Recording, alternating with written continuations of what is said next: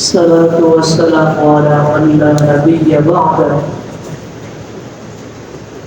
والنجم إذا هوى ما ضل صاحبكم وما غوى وما ينطق عن الهوى. سمعنا حضرات، اللہ رب العالمین کی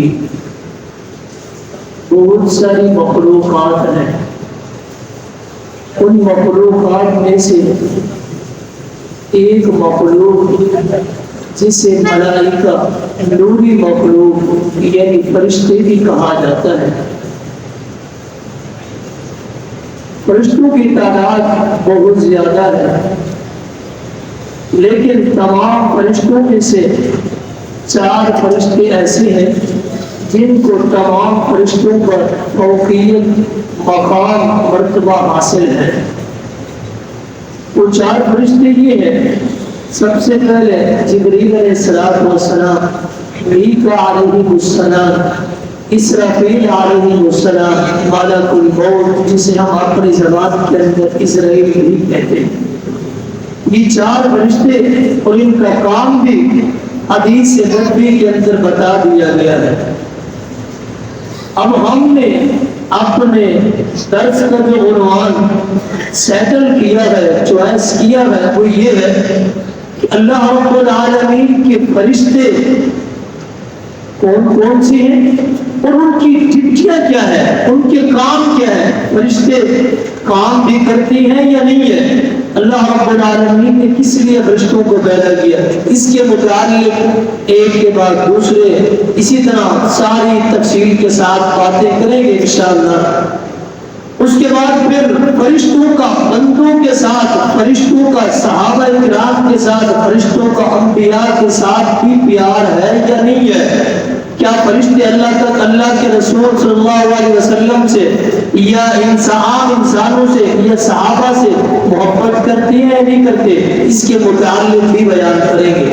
پہلی بات یہ ہے کہ یہ 4 فرشتے معروف ہے اور ان کا کام بھی بتا دیا گیا ہے. جبریل علیہ السلام کا کام بنیادی طور پر ہر نبی کے پاس وحی لے کے آنا ہے. اللہ رب العالمین کے حکم کے مطابق نبی کے پاس، رسول کے پاس وحی لانا، یہ جبریل علیہ السلام کا کام ہے. اسی طرح دوسرے فرشتے میکا علیہ السلام، ان کا کام آسمان سے بارش برسانا، ہوا لانا، یعنی موسم کو خوشگوار بنانا، یہ میکا علیہ السلام کا کام ہے. آج ان 2 فرشتوں کے متعلق بتائیں گے مختصر. پہلی بات مسند احمد کے اندر موجود ہے. چند یہودی نبی علیہ السلام کے پاس جمع ہو کے آئے، آ کر کہتے ہیں اللہ کے رسول صلی اللہ علیہ وسلم، ہم نے پڑھا ہے، علماء نے، ہمارے جو علماء انہوں نے بتایا ہے ہر ایک نبی کے بعد آسمان سے فرشتہ وحی لے کے آتا تھا. کیا آپ کے پاس بھی فرشتہ وحی لے کے آتا ہے؟ آپ نے فرمایا کہ جی ہاں، میرے پاس بھی فرشتہ وحی لے کے آتا ہے. میری یہودیوں نے سوال کیا اس فرشتے کا نام کیا ہے جو آپ کے پاس وحی لے کے آتا ہے؟ تو آپ نے جواب دیا جبریل علیہ السلام. یہ وہ فرشتہ ہے جو ہر رسول کے پاس وحی لے کے آتے ہیں اور میرے پاس بھی وہی فرشتہ وحی لے کے آتے ہیں. تو یہودی سب سے پہلے یہودیوں نے کیا کیا؟ چکنا ہو گئے کہ ہم مسلمان نہیں ہو رہے، ہم ایمان نہیں لے آ رہے. کیوں؟ جو فرشتہ آپ کے پاس وہی لے کے آتا ہے وہ تو ہمارا دشمن ہے. وہی لے کے آنے والا فرشتہ جو آپ کے پاس وہی لے کے آتا ہے آسمان سے، وہ ہمارا دشمن ہے. وہ جو دشمن ہوتا ہے کیا اس سے محبت کی جاتی ہے، اس کی باتیں مانی جاتی ہے؟ ہرگز یہ اصول نہیں ہے. اور یہودیوں نے بھی یہی اصرار کیا کہ جبریل علیہ السلام تو ہمارا دشمن ہے، اس لیے ہم آپ کا کلمہ نہیں پڑھ رہے. کیوں؟ آپ ان کی اتباع کرتے ہیں، ان کی بات مانتی ہے اور آگے امت کی طرف وہ باتیں پہنچاتے ہیں. تو ہم مسلمان نہیں ہو رہے. کیوں نہیں ہو رہے مسلمان؟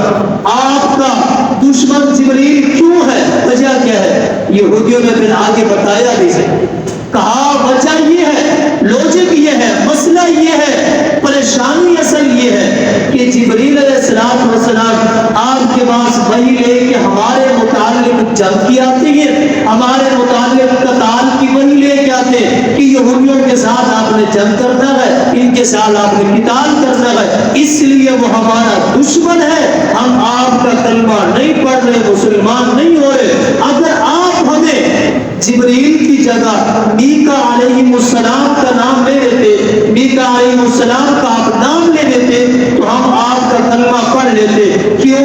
یہ وہ فرشتہ ہے جو آسمان سے بارش لے کے آتا ہے، رحمت لے کے آتا ہے، ٹھنڈی ہوا لے کے آتا ہے، موسم کو خوشگوار بنا دیتا ہے اور یہ بڑا اچھا ہی موسم کر دیتا ہے یہ فرشتہ۔ اگر اس کا نام آپ لے لیتے تو ہم آپ کا کلمہ پڑھ لیتے، ہم آپ کا کلمہ پڑھنے والے نہیں۔ جب یہ یہودیوں نے جملہ کہا، آسمان سے قرآن آ گیا، پہلے پارے کے اندر من کان عدوا للہ وملائکتہ وکتبہ ورسلہ وجبریل ومیکائیل۔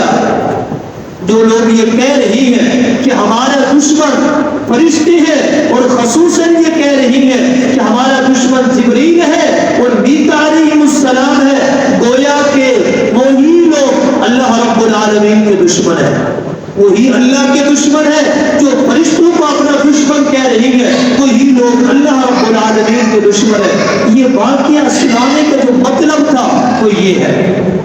مطلب کیا واقعہ سنانے؟